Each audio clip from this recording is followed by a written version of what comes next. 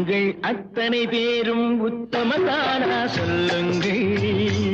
உங்கள் ஆசை நெஞ்சை தொட்டு பார்த்துக் கொள்ளுங்கள். உள்ளவரெல்லாம் நல்லவனாவான், இல்லாதவனே பொல்லாதவனாம் பூமியிலே.